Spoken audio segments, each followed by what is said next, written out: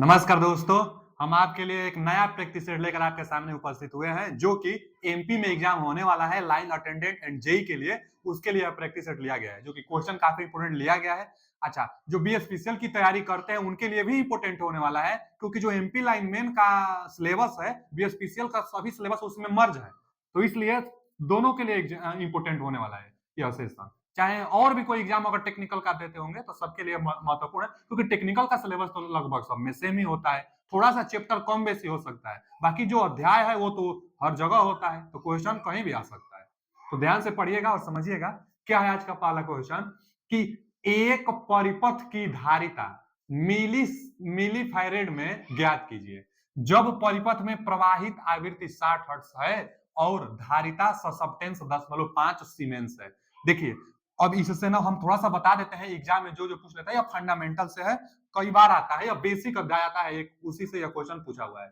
अच्छा जी, यहाँ पर पूछा है आपसे धारिता मिली फैरेड में बताइए। धारिता का मात्रक फैरेड होता है और धारिता को हम लोग कैसे डिनोट करते हैं? सी से। सी का मान आपसे पूछा हुआ है, धारिता आपसे पूछा हुआ है। अच्छा, एक बात आप और जानिए कि एक फॉर्मूला होता है आर बराबर रो यल बटा में ए। आप जानते होंगे ना, रेजिस्टेंस लंबाई पर निर्भर करता है, लंबाई के अनुपाती और एरिया के व्युत्क्रमानुपाती रेजिस्टेंस होता है, निर्भर करता है। ठीक है जी, यहां तक तो जानते हैं। आर को रेजिस्टेंस कहते हैं, इसका मात्रक ओम होता है, और रो को रेजिस्टिविटी कहते हैं और इसका मात्रक ओम मीटर होता है।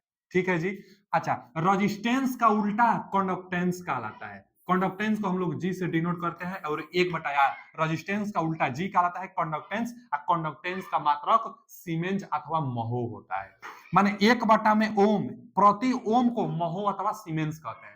उसी तरह से रेजिस्टिविटी, रेजिस्टिविटी का उल्टा हम लोग क्या कहते हैं? कंडक्टिविटी कहते हैं, जो कि 1 में रो का उल्टा कंडक्टिविटी होता है। अच्छा, रो का मात्रक ओम मीटर होता है, तो यहां लिखेंगे ओम मीटर, तो 1 में ओम को हम लोग महो अथवा सीमेंस कहेंगे, तो सीमेंस प्रति मीटर कंडक्टिविटी का मात्रक होता है।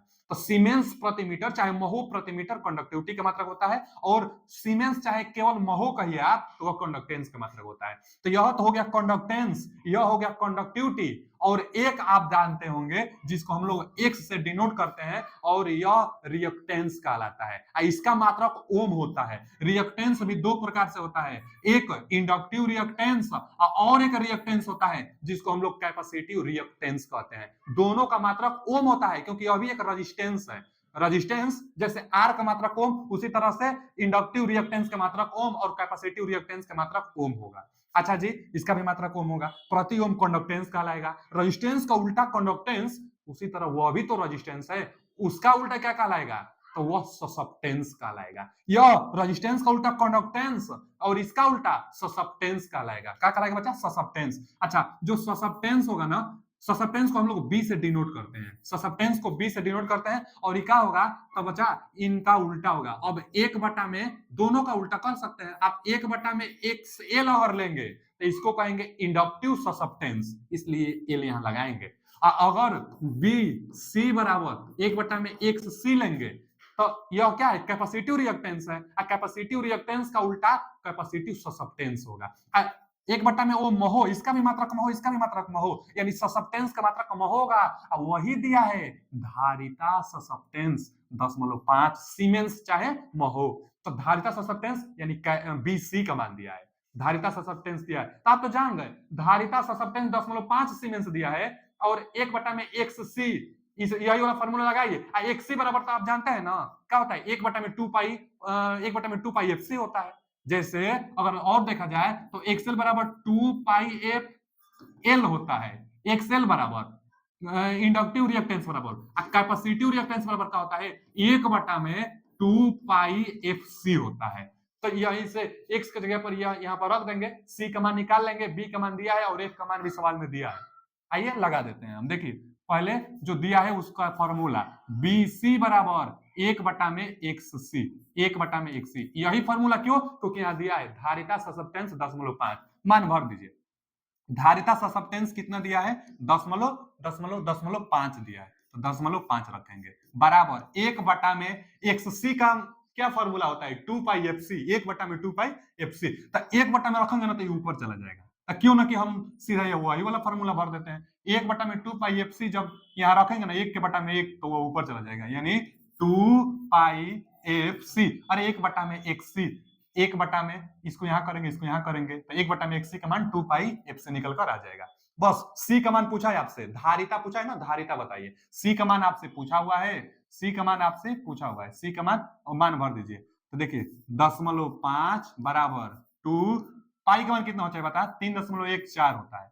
एफ कितना दिया है इसमें, 60 हर्ट्ज दिया, देखिए ना 60 हर्ट्ज दिया है, तो 60 हर्ट्ज और गुणे सी, सी का मान आप निकालना है, तो सी निकालने के लिए इसको बटा में भेज दीजिए। तो देखिए 0.5 पहले से है, अब यहाँ गुणा कर दीजिए ना, 6 दूना के 12 यानी 120, 6 दूना के 12, 60 दूना 120, यह 120 अब गुणे में है 3.14, अब बराबर यहाँ सी कैपेसिटेंस चाहिए। अब इसको हल करेंगे ना, देखिए एक अंक पर दशमलव है, यहाँ पर 2 अंक पर है ना, तो एक अंक पर यहाँ हटाइए तो 31.4 बटा ऊपर केवल 5 होगा। इसको हल करेंगे 5 से भी कटाएंगे, टोटल टाइम बचाने के लिए हम निकाल कर बता दे रहे हैं आपको कितना आएगा। तो टोटल निकालने पर ना 1.3 करीब आ रहा है, 1.3 गुणे 10 के पावर -3, क्योंकि नीचे ज्यादा है ना, ऊपर अगर दशमलव भी है, देख ऐसे भी देख लेंगे कि नीचे 120 गुणे 3.14 ऊपर 0.5, नीचे ज्यादा है तो माइनस में जवाब आएगा ही, तो -3 आएगा। 1.3 को 10 -3 बराबर यहाँ पर क्या होगा सी, सी इतना मान निकल कर रहा है। सी क्या है, धारिता, धारिता का मतलब फैरेड होता है। अब मिली फैरेड में तो इसको हटा दीजिए 10 के पावर -3 को, तो मिली फैरेड, सी का मान 1.3 मिली फैरेड, 1.3 मिली फैरेड जवाब होगा। धारिता पूछता है 1.3 मिली फैरेड, 1.3 मिली फैरेड एकदम आएगा, इसका कैलकुलेशन आप कर देखिए एकदम आएगा। तो C option is right answer, millifarad, क्योंकि 10 के पावर -3 था। बहुत इंपॉर्टेंट है, इस पर से बेसिक में जरूर एक क्वेश्चन बन जाता है। बहुत कुछ हम बता दिए हैं सिर्फ एक पेज से, तो स्क्रीनशॉट ले लीजिए। चलिए आगे चलते हैं, क्या है अगला क्वेश्चन। अगला क्वेश्चन है, पीडीएफ पाने के लिए ना टेलीग्राम लिंक भी लगा हुआ है, उससे आप ज्वाइन हो सकते हैं। क्या है पहला क्वेश्चन कि एक श्रृंखला आरसी परिपथ में, आरसी परिपथ, आर मतलब रेजिस्टेंस, सी मतलब कैपेसिटेंस, तो एक श्रृंखला आरसी परिपथ में क्षणिक समय मतलब ट्रांजिएंट टाइम का मान सेकंड में ज्ञात कीजिए जब परिपथ की धारिता 4 मिली फैरेड है और परिपथ का प्रतिरोध 6 किलो ओम है। ये बचा दो टाइम कांस्टेंट निकलने के लिए फॉर्मूला होता है, देखिए कौन कौन। टाइम वाले कांस्टेंट को हम लोग टाउ से डिनोट करते हैं, और जो टाइम कांस्टेंट होता है आरसी सर्किट के लिए टाइम कांस्टेंट आरसी सेकेंड होता है, और आरएल सर्किट के लिए दो ही सर्किट होता है, एक आरसी सर्किट और एक आरएल सर्किट के लिए टाइम कांस्टेंट निकाले जाते हैं। तो टाइम कांस्टेंट आरसी सर्किट के लिए आरसी होता है, सेकंड में ईमान हमेशा निकल कर आता है। एक और फॉर्मूला होता है, वो क्या होता है बच्चा, तो एल बटा में आर होता है, ये अभी सेकंड में आता है। तो ये किसके लिए होता है फॉर्मूला टाइम कांस्टेंट का, तो ये होता है एल और आर सर्किट के लिए। एल आर सर्किट के लिए टाइम कांस्टेंट एल बटा आर होता है, और आरसी सर्किट के लिए टाइम कांस्टेंट आरसी होता है। आरसी सर्किट के लिए पूछा है, आरसी परिपथ के लिए, तो आरसी परिपथ के लिए यही वाला फॉर्मूला लगाएंगे, लगा दीजिए। टाइम आपसे पूछा है, आर रेजिस्टेंस कितना दिया है 6 किलो ओम, 6 किलो को 10 के पावर धन का 3 किलो बोला है ना, तो 10 के पावर 3 होता है। और सी का मान कितना दिया है, इसमें दिया था, ज्ञात कीजिए जब परिपथ की धारिता 4 मिली फैरेड हो, 4 मिली को 10 के पावर -3 फैरेड। अब देखिए ना 10 के पावर 3 10 के पावर -3 कट जाएगा, 6 चौके 24 सेकेंड, 24 सेकेंड। सेकेंड में पूछा भी था कि सेकेंड में मान बताइए, और सेकेंड में फॉर्मूला निकल कर आता है 24, इसका जवाब सही है, A option is right answer. है दोनों फॉर्मूला बहुत इंपॉर्टेंट है टाइम कांस्टेंट के लिए, जानते रहिएगा।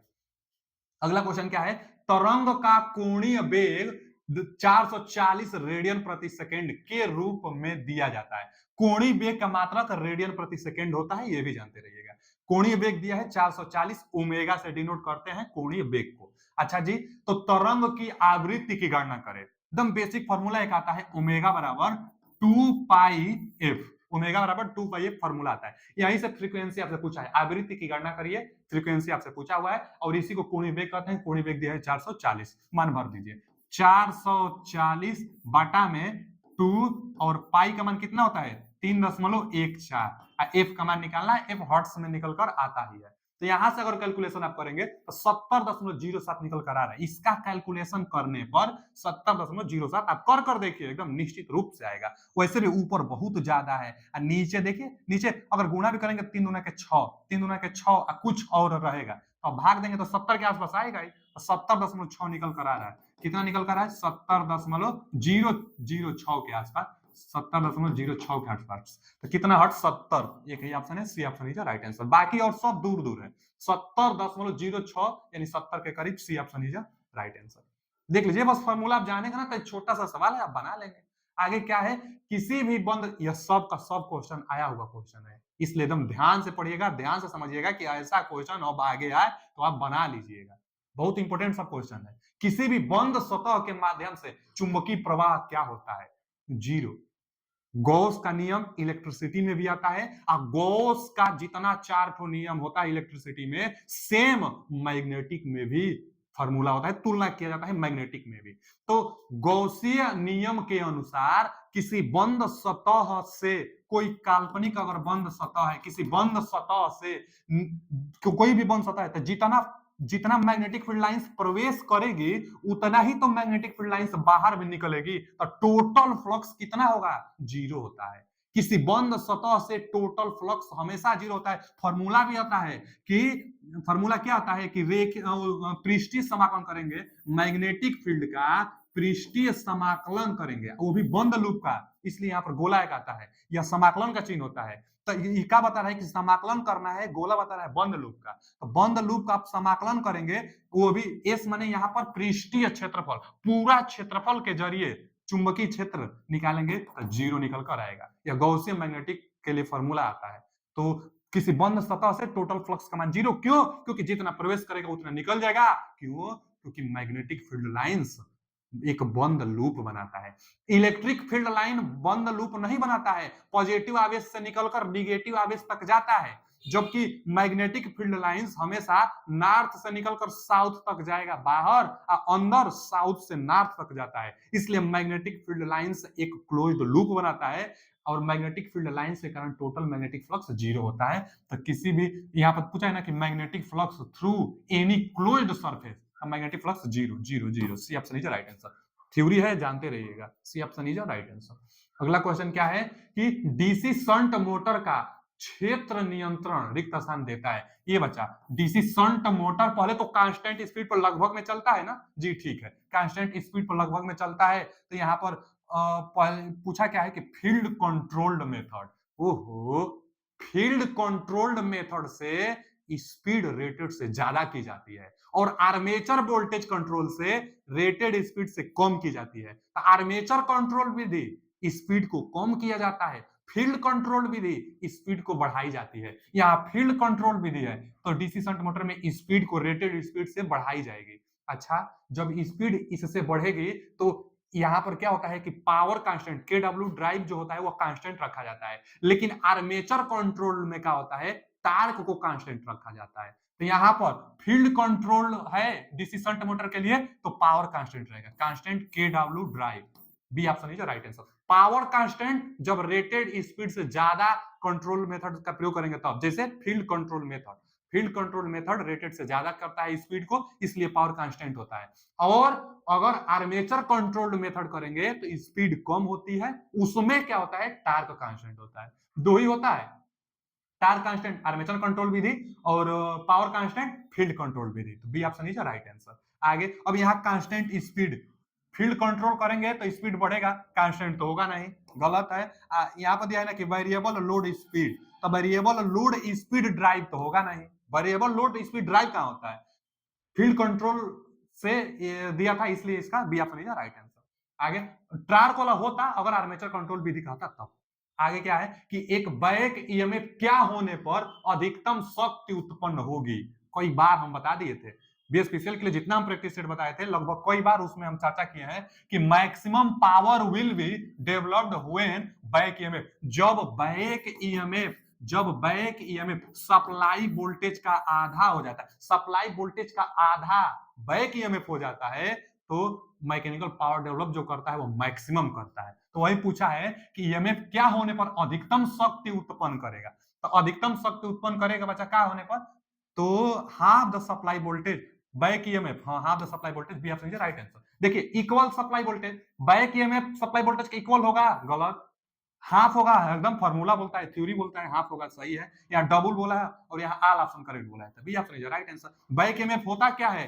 तो बैक ईएमएफ क्या होता है ना कि कोई अगर मोटर है, आप मोटर को सप्लाई देते हैं, तो जो सप्लाई देते हैं उसका विरोध करने के लिए एक ईएमएफ बनता है, उसी को बैक ईएमएफ कहते हैं, काउंटर ईएमएफ कहते हैं, जो कि सप्लाई का विरोध करता है। तो वही जो सप्लाई वोल्टेज है उसका आधा अगर बैक ईएमएफ हो जाता है, तब उस समय मैकेनिकल पावर ज्यादा होता है। और बैक ईएमएफ के लिए एक फॉर्मूला भी निकल कर आता है जो न्यूमेरिकल पूछ लेता है, फाई जेड एन पी बटा में 60 ए। आप जानते रहिएगा, इस पर फॉर्मूला बनता है, न्यूमेरिकल आता है उस पर। अगला क्वेश्चन क्या है कि कुंडली चलित डायरेक्ट ऑनलाइन परिवर्तक में किस प्रकार का ऑपरेट होता है? ये बच्चा, व्हाट टाइप ऑफ ऑपरेट और डायरेक्ट ऑनलाइन स्टार्टर। जो डोल स्टार्टर होता है वो consist of the coil operated, coil operated से ही कंसिस्ट होता है, सही बोला है। देखिए जो डोल स्टार्टर होता है, पहले तो 5 एचपी तक प्रयोग किया जाता है ना डायरेक्ट ऑनलाइन स्टार्टर। तो जो डायरेक्ट ऑनलाइन स्टार्टर होता है उसमें क्या होता है, लीवर होता है, एक नो वोल्ट कॉइल होता है, एनवीसी कॉइल।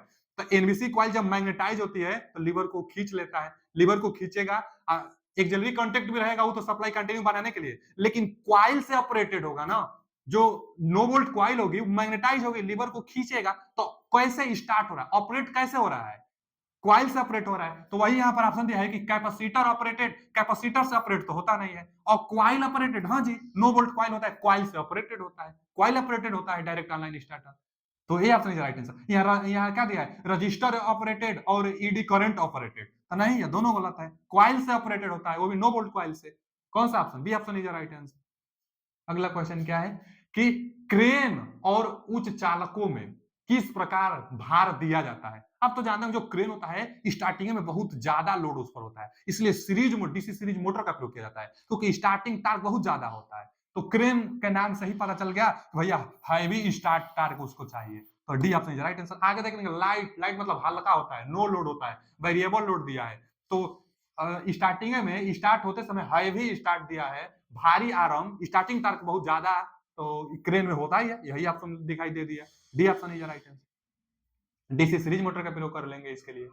अगला क्या है कि ऊर्जा कार्यक्षम मोटर में साधारणतः, अच्छा जी, एनर्जी इफिशियंट मोटर जर्नली है, क्या उसके पास होता है ऐसा मोटर जिसका इफिशियंट बहुत ज्यादा होगा, एनर्जी इफिशियंट मोटर जर्नली है, मतलब उसके पास कोई मोटर है जो इफिशियंट है, अच्छा कार्य करता है, तो उसके पास क्या होना चाहिए, मोटर को अच्छा कार्य करने के लिए क्या होना चाहिए, लॉन्गर इंसुलेशन, लंबे इंसुलेशन तो आप जानते हैं ना, तो लॉन्गर इंसुलेशन, इंसुलेशन हाई होना चाहिए, तो सही बात है।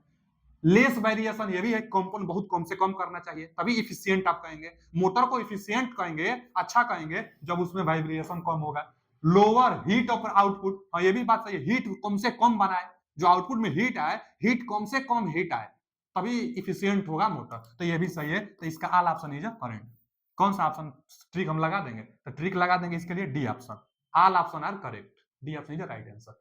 अगला क्वेश्चन क्या है कि प्रवाहित आपूर्ति से उचित रूप से समकालिक तुल्यकालिक मोटर, देखिए क्या दिया है, तुल्यकालिक मोटर मतलब सिंक्रोनस मोटर को बिना भार के और नगण्य हानि, मतलब हानि नहीं है, पर चलाए जाने पर विकल्प अनुसार क्या होगा। सिंक्रोनस मोटर को नो लोड पर चलाने की बात कर रहा है, ध्यान से सुनिए एक बार आप, ट्रांसफार्मर को नो लोड पर चलाएंगे, ट्रांसफार्मर नो लोड पर ऑपरेट होगा, फिर भी कुछ ना कुछ करंट डिमांड करता है, जो कि 2% से लेकर 5% फुल लोड का डिमांड कर लेता है। फुल लोड जितना करंट लेती होगी ट्रांसफार्मर, तो 2 से 5% ले लेता है ट्रांसफार्मर नो लोड के केस में। अच्छा, इंडक्शन मोटर के बारे में भी हम बताए थे, जो इंडक्शन मोटर होता है 35% तक करंट का डिमांड कर लेता है नो लोड के केस में।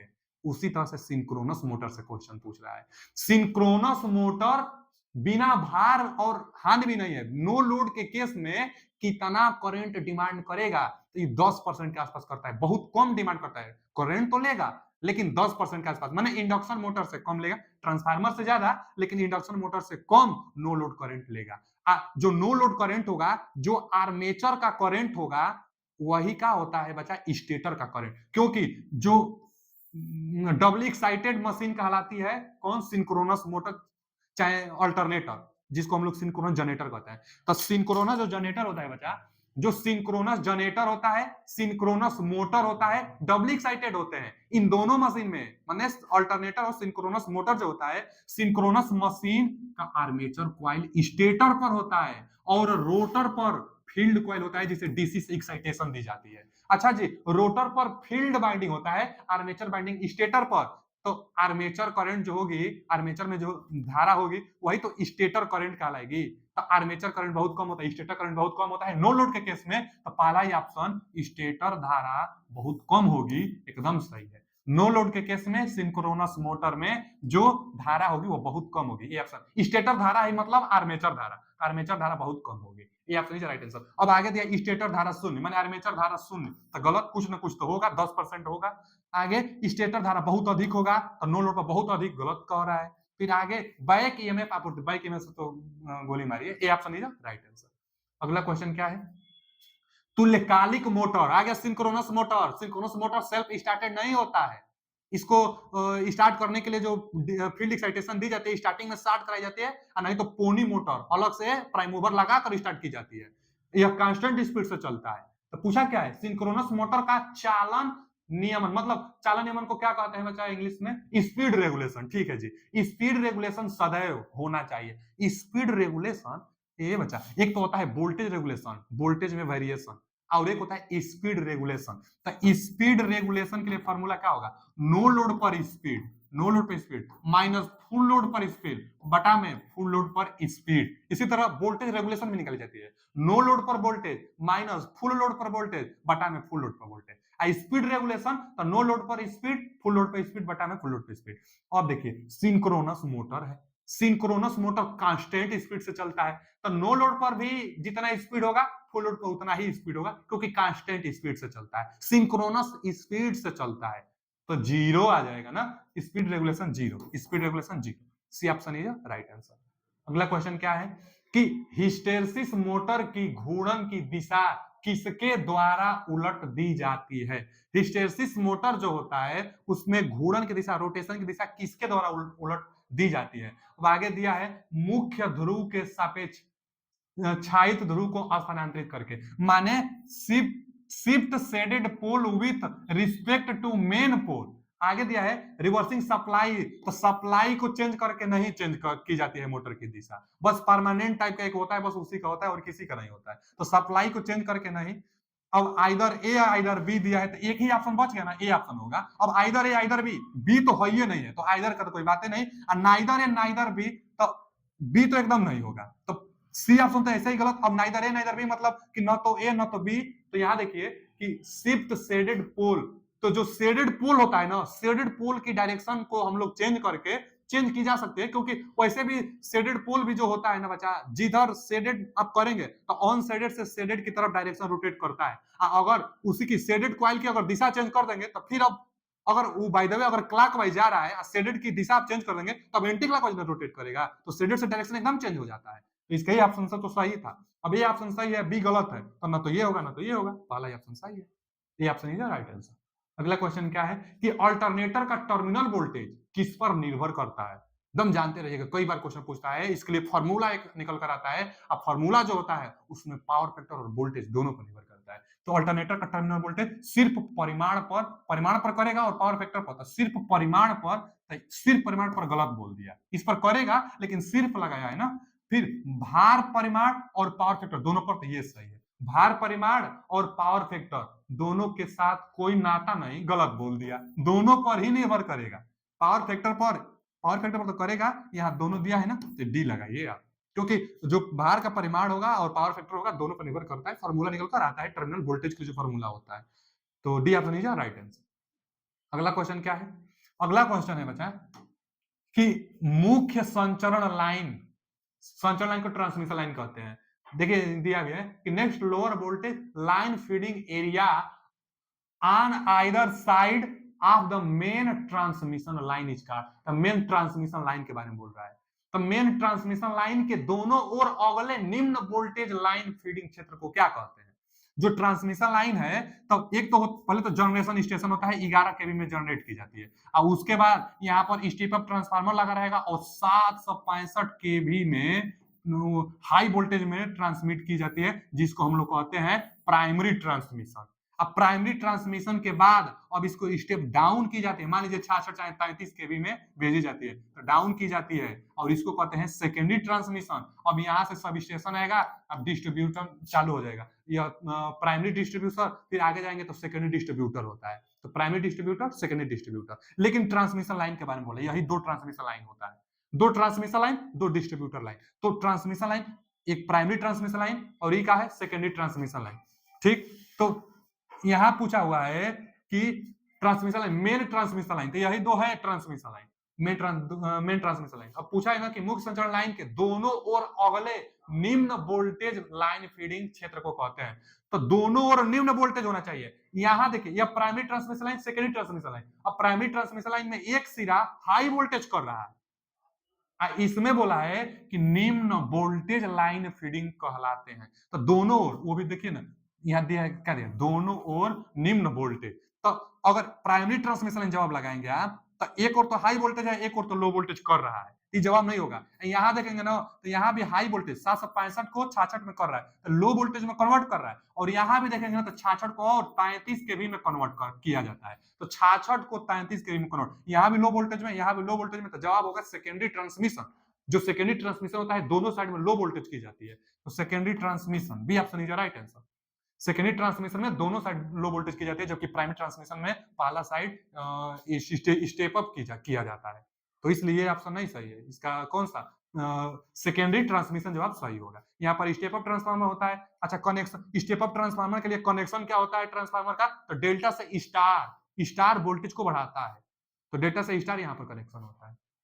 अगला क्या है कि एक इलेक्ट्रोडायनमोमीटर प्रकार के ऊर्जा मीटर मतलब एनर्जी मीटर में क्रीपिंग द्वारा उत्पन्न त्रुटियों से बचने के लिए निम्न में से किसका प्रयोग किया जाता है। क्रीपिंग एरर एक होता है। क्रीपिंग एरर क्या होता है कि जो पहले इंडक्शन मोटर, जो इंडक्शन एनर्जी मीटर पहले होता था ना, उसमें डिस्क लगता था, और जो डिस्क था वो रोटेट करता था, तो उसके बाद रीडिंग मिलता था। तो जो डिस्क होता था ना ज्यादा रोटेट कर जाता था, तो ज्यादा रोटेट कर जाता है, कभी कभी नो वोल्टेज पर भी वह रोटेट करने लगता है। तो जो रोटेट करता है उसको दम एक्यूरेट रोटेट कराने के लिए, रुक जाए, फालतू रोटेट ना करे, तो उससे बचने के लिए जो डिस्क होता है उसी में ना दो होल कर दी जाती है 180 अंश पर, 180 अंश पर दो होल कर दी जाती है, दो होल कर दी जाती है, 180 डिग्री पर दो होल कर दी जाती है। अब क्या होता है कि इसी में आकर ना लॉकर फंस जाता है, जिससे एक्स्ट्रा रोटेट नहीं कर पाता है, तो इसी दोष को क्रीपिंग एरर कहेंगे, जब एक्स्ट्रा रोटेट करने लगता है क्रीपिंग एरर। और क्रीपिंग एरर से बचने के लिए दो होल किया जाता है 180 अंश पर।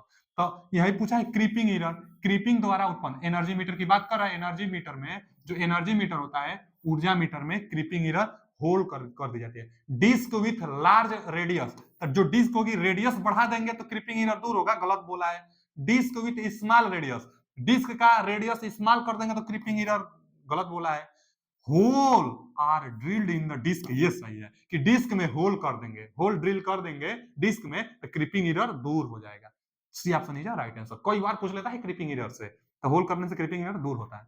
आगे मूविंग आयरन इंस्ट्रूमेंट आ गया। इंस्ट्रूमेंट दो तो बहुत फेमस है, एक PMMC permanent magnet moving coil, PMMC permanent magnet moving coil, और एक इंस्ट्रूमेंट होता है कि मूविंग आयरन, या मूविंग कॉइल और मूविंग आयरन, दो प्रकार का इंस्ट्रूमेंट होता है। अब मूविंग आयरन, उससे क्वेश्चन पूछा हुआ है। अच्छा जी, मूविंग आयरन उपकरण का संचालित बल आघूर्ण कितना होगा यदि यदि संचालित कुंडली के मध्यम में विद्युत धारा आधी हो जाती है। अच्छा जी, देखिए सवाल दम बना लेंगे। विद्युत धारा आधी हो जाती है तो टार्क पूछा है एमआई के लिए, पहले जो पूछता है हम उसको बता देते हैं। देखिए क्वेश्चन क्या पूछता है कि कौन केवल डीसी मेजर करता है और कौन एसी डीसी दोनों मेजर करता है। तो एसी डीसी दोनों पावर सप्लाई पर जो यूज की जाती है ना, एमआई टाइप का होता है, एसी डीसी दोनों पर। और जो परमानेंट मैग्नेट मूविंग कॉइल होता है सिर्फ डीसी पर काम की जाती है, लिख लीजिएगा, सिर्फ डीसी, और यह एसी एंड डीसी दोनों पर। अच्छा, एक तो क्वेश्चन ये पूछता है। अगला क्वेश्चन पूछता है कौन किसका स्केल यूनिफॉर्म होता है और किसका स्केल नॉन यूनिफॉर्म। तो इसका जो होता है ना नॉन यूनिफॉर्म स्केल होता है, इसका स्केल जो होगा नॉन यूनिफॉर्म। नॉन यूनिफॉर्म का मतलब ना एक समान नहीं होता है। पहले छोटे छोटे पहले मान लीजिए बड़ा बड़ा स्केल होगा, आगे चल के छोटे छोटे स्केल होने लगेगा, या पहले ही बड़ा स्केल होगा, 0 से के बाद 50, 50 के बाद 60, 70, 80। तो नॉन यूनिफॉर्म स्केल जो होगा, जो रीडिंग लिखा रहता है, तो नॉन यूनिफॉर्म, इस पर यूनिफॉर्म माने इस पर एक समान लिखा रहता है। अच्छा जी, इस पर यूनिफॉर्म, उस पर नॉन यूनिफॉर्म, कौन महंगा कौन सस्ता मिलता है? पहले तो जो यह होता है ना, एक्यूरेट मेजर करता है, यह महंगा मिलता है, और एमआई टाइप सस्ता मिलता है। इसके लिए जो टार का फार्मूला निकल कर सस्ता मिलता है, इसके लिए जो टार का फार्मूला निकल कर आता है, तो टार का जो फार्मूला आता है 1/2 आई स्क्वायर, नॉन यूनिफॉर्म मेजर कर रहा है ना, इसलिए आई स्क्वायर बटा में के, डी डी थीटा बटा में डीएल, डी थीटा बटा में डीएल, यही फॉर्मूला टार के लिए निकल कर आता है, आई स्क्वायर बटा में के, डी डी थीटा बटा में डीएल। कितना एंगल डिस्प्लेसमेंट हो रहा है ना, उसी को हम लोग थीटा कहते हैं। इसमें ईडी करंट, इसमें वो एयर फ्रैक्शन डैम्पिंग का भी प्रयोग किया जाता है। कई बार पूछता है एमआई टाइप में किस प्रकार के डैम्पिंग का प्रयोग किया जाता है, तो एयर फ्रैक्शन डैम्पिंग का प्रयोग किया जाता है। एयर फ्रैक्शन डैम्पिंग, इसमें ईडी करंट डैम्पिंग का भले प्रयोग होता है, लेकिन इसमें एयर फ्रैक्शन डैम्पिंग का प्रयोग किया जाता है। तो यहीं से देखिए, यह जो टार्क लिए इसके लिए फॉर्मूला होता है, टार्क धारा के वर्ग के अनुक्रमानुपाती निर्भर करता है। अच्छा, टार्क धारा के वर्ग अनुक्रमानुपाती, यहां बोला है कि टार्क बताइए बलागुण कितना होगा, विद्युत धारा आधी हो जाती है, तो विद्युत धारा आधा करेंगे ना, तो आधा का वर्ग यानी 1/4, 1/4 हो जाएगा, 1/4, 1/4, 1/4, D option is right answer. क्योंकि जो टार्क होता है वह आई स्क्वायर है, अब आधा का मतलब 1/2, 1/2 का वर्ग करेंगे तो 1/4 आएगा ना, 1/4 मतलब 1/4, टार्क 1/4 हो जाएगा। आधा कर देने से धारा टार्क 1/4 हो जाएगा, मूविंग आयरन के लिए। अब मूविंग आयरन के लिए ही क्वेश्चन आपसे पूछा हुआ था, बहुत इंपॉर्टेंट था यह topic, D option is right answer. अगला क्वेश्चन क्या है कि जेनर डायोड का इस्तेमाल सदैव किसके साथ किया जाता है? ओहो, जो जेनर डायोड होता है यह हमेशा इनवर्स में किया जाता है, मतलब एक फॉरवर्ड बायस एक इनवर्स बायस, तो हमेशा इनवर्स बायस में जेनर डायोड का प्रयोग किया जाता है। Jenner diode constant voltage output में देता है, इनपुट वोल्टेज वेरिएशन होता रहे लेकिन आउटपुट कांस्टेंट देता है Jenner diode. Zener diode voltage regulation में प्रयोग किया जाता है। तो zener diode reverse bias, B option is right answer. Zener diode reverse bias में प्रयोग किया जाता है जेनर डायोड का, और आउटपुट कांस्टेंट वोल्टेज देता है इनपुट वेरिएबल होने पर भी। तो इनपुट वेरिएबल होने पर भी आउटपुट कांस्टेंट देने वाला zener diode, B option is right answer, reverse bias में काम करता है। आगे वर्ग बी प्रवर्धक की क्षमता लगभग कितनी होती है? एम्पलीफायर से देखिए ना, class B amplifier, power amplifier 4 प्रकार से है जो कि बहुत बार पूछता है। कौन कौन होता है? तो देखिए, क्लास क्लास ए टाइप पावर एम्पलीफायर के बारे में हम बता रहे हैं आपको, एकदम कॉपी पर एकदम लिख लीजिएगा क्योंकि एग्जाम में एकदम एक क्वेश्चन बनता ही है। तो क्लास ए टाइप, और क्या है तो क्लास बी टाइप, और एक क्या है, और एक क्या है तो क्लास ए बी टाइप, और एक क्या है क्लास सी टाइप। 4 प्रकार जो है ना, बहुत है तो और भी, लेकिन इनसे बहुत ज्यादा पूछता है। Class A, class B, class A B, class C. सबसे ज्यादा इफिशियंसी किसके पास होता है? तो क्लास सी के पास। इसका एंगल कितना होता है? तो 180 से कम। सबसे ज्यादा एंगल किसका होता है? तो क्लास ए का, इसका 360 अंश होता है, इसका 180 से लेकर 360 के बीच होता है, इसका इसका 180, इसका 180 होता है ए बी का, और क्लास सी का कितना होता है? तो 180 से भी कम होता है, 180 से भी कम होता है, मतलब जो थीटा होगी 180 से कम होगा इसके लिए। अच्छा जी, और इफिशियंसी सबसे कम इसका होता है मैक्स 25 से 50%, 25 से 50, चलिए हम 50% लिख दे रहे हैं, 50% इसका इफिशियंसी होता है। क्लास बी का इफिशियंसी थोड़ा अच्छा होता है, क्लास बी का जो इफिशियंसी होता है कितना होता है, यह एंगल थोड़ा देख लीजिएगा, एंगल में थोड़ा कंफ्यूजन है, एंगल किसके लिए कितना होता है, लेकिन ये इफिशियंसी पूछ लेता है। तो जो इसका इफिशियंसी होता है ना क्लास बी का, क्लास बी का इफिशियंसी बचा 78% तक हो जाता है, 78%, 78.2% तक। अच्छा, क्लास ए बी का इफिशियंसी कितना होता है? तो 50 से 78 के बीच में होता है, 50 से लेकर 78% के बीच में होता है। 78% क्लास बी का और 50 से 78 इसका। इसका कितना होता है? Class C power amplifier class C type का इफिशियंसी कितना होता है? तो 100% से थोड़ा सा कम, माने 95% के आसपास, 95% के आसपास। अच्छा होता है, क्लास सी का एफिशिएंसी अच्छा होता है, सबसे अच्छा क्लास सी का होता है। तो क्लास सी 98% भी हो सकता है, अगर विकल्प में 98 दिया तो 98 भी लगेगा, 95 भी लगेगा, एक ही ऑप्शन देगा वो, माने बहुत ज्यादा होता है इसका। और इसका देख लीजिए, क्लास ए बी का एफिशिएंसी 50 से 78, और क्लास बी का 78 पॉइंट, और ए का 50% के आसपास हुआ है। तो यह पूछा है क्लास बी प्रोदन की क्षमता, वही एफिशिएंसी पूछा है, तो क्लास बी का 78 के आसपास, 78 किसमें आएगा? इसमें आएगा, तो D option is right answer. Class B 78 के आसपास। और 30 से 50 के बीच में हम लोग क्लास ए बता देंगे। और क्लास सी के लिए तो इसमें कोई एफिशिएंसी नहीं दिया है, तो D option is right answer. आज के लिए इतना ही, मिलते हैं अगले वीडियो में। पीडीएफ पाने के लिए टेलीग्राम लिंक से ज्वाइन हो जाइएगा। Thank you.